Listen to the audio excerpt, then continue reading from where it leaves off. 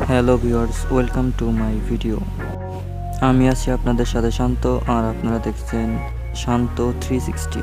চলুন শুরু করা যাক আজকের ভিডিও। আমরা যখনই অনলাইনে আর্নিং করার জন্য আসি, তখন সব ইউটিউবাররাই বলে যে আগে ফ্রিল্যান্সিং করার জন্য। আমি ধরে নিলাম আপনার ফ্রিল্যান্সিং স্কিল আছে, কিন্তু এখন 90% নতুন ফ্রিল্যান্সাররা কাজ পায় না। কারণ এখন সব ফ্রিল্যান্সিং সাইটে প্রচুর কম্পিটিশন। সবাই চায় যে পুরাতন ফ্রিল্যান্সার দিয়ে কাজ করানোর জন্য, তাই নতুনদের কাজ খুবই কম। মাসের পর মাস ওয়েট করেও নতুন ফ্রিল্যান্সাররা কাজ পায় না। তাই আমরা বেশিরভাগ মানুষই চাই যে খুব তাড়াতাড়ি আর্নিং করার জন্য, কিন্তু আমরা সফল হতে পারি না। তাই আমি আপনাদের জন্য নিয়ে এলাম খুব তাড়াতাড়ি আর্নিংয়ের একটা ইজি ওয়ে। এই ওয়েটার মাধ্যমে আমরা 24 ঘন্টার ভিতরে আর্নিংয়ের মুখ দেখতে চলেছি, যদি আপনার একটু অভিজ্ঞতা থাকে অনলাইন জগৎ সম্পর্কে। সেই ওয়েটা হচ্ছে অ্যাফিলিয়েট মার্কেটিং। অ্যাফিলিয়েট মার্কেটিং শুনে আবার ভয় পায়েন না। আমি কিন্তু ওই অ্যামাজনের গেঞ্জি বিক্রি করার কথা বলবো না। আমি যে ওয়ে দেখাবো সেখানে প্রত্যেকটা সেলে আপনি $70-80 পর্যন্ত কমিশন পেয়ে যাবেন। অ্যাফিলিয়েট মার্কেটিং করে আমাদের আর্নিং করতে হলে আমাদের দরকার সেল জেনারেট করা। সো আমরা দেখব কিভাবে খুব তাড়াতাড়ি আমরা সেল জেনারেট করতে পারি, তাও আবার 24 ঘন্টার মধ্যে। অ্যাফিলিয়েট মার্কেটিংয়ের মেথড হচ্ছে দুইটা: remarketing and paid marketing. Paid marketing মানে হচ্ছে কোনো রকম ইনভেস্টমেন্ট ছাড়াই সেল জেনারেট করা, আর পেইড মার্কেটিং মানে হচ্ছে আপনাকে অল্প কিছু ইনভেস্ট করে তারপর পেইড মার্কেটিং করতে হবে এবং সেল জেনারেট করতে হবে। একটা সময় ছিল যখন ফ্রি মার্কেটিং করে খুব ভালো পরিমাণে সেল জেনারেট করা যেত, কিন্তু এখন সম্ভব হচ্ছে না। হ্যাঁ, এখনও অনেকেই ফ্রি মার্কেটিং করে সেল জেনারেট করতেছে, কারণ তারা পুরাতন অ্যাফিলিয়েট মার্কেটার। কিন্তু আপনি তো নতুন মার্কেটার।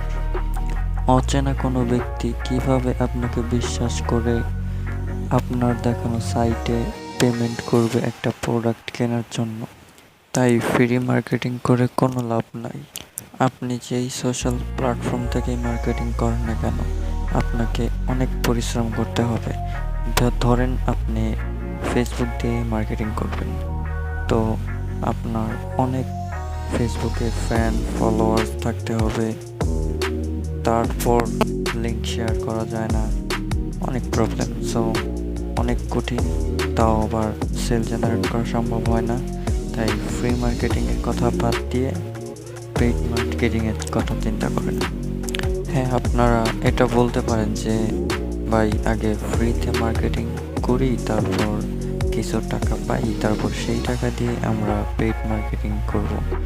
কিন্তু ভাই কীভাবে পেইড মার্কেটিং করবেন সেই টাকা দিয়ে? কারণ আপনি তো সেলই জেনারেট করতে পারবেন না, আর সেল জেনারেট না করতে পারলে তো পেইড মার্কেটিং করতে পারবেন না। আমি গ্যারান্টি দিয়ে বলতে পারি যে আপনি যদি ফ্রি মার্কেটিং না করে পেইড মার্কেটিং করেন, তো হয়তো আপনার 1000 টাকা যাবে, কিন্তু আপনি সেল জেনারেট করতে পারবেন, এটা 100% গ্যারান্টি। ধরেন আপনি 1000 টাকা দিয়ে একটা পেইড ক্যাম্পেইন করলেন, মনে করেন 10,000 অডিয়েন্সের কাছে আপনি আপনার প্রোডাক্টটা তুলে ধরলেন। মেবি আরও বেশি পাবেন, কিন্তু আমি 10,000ই বললাম।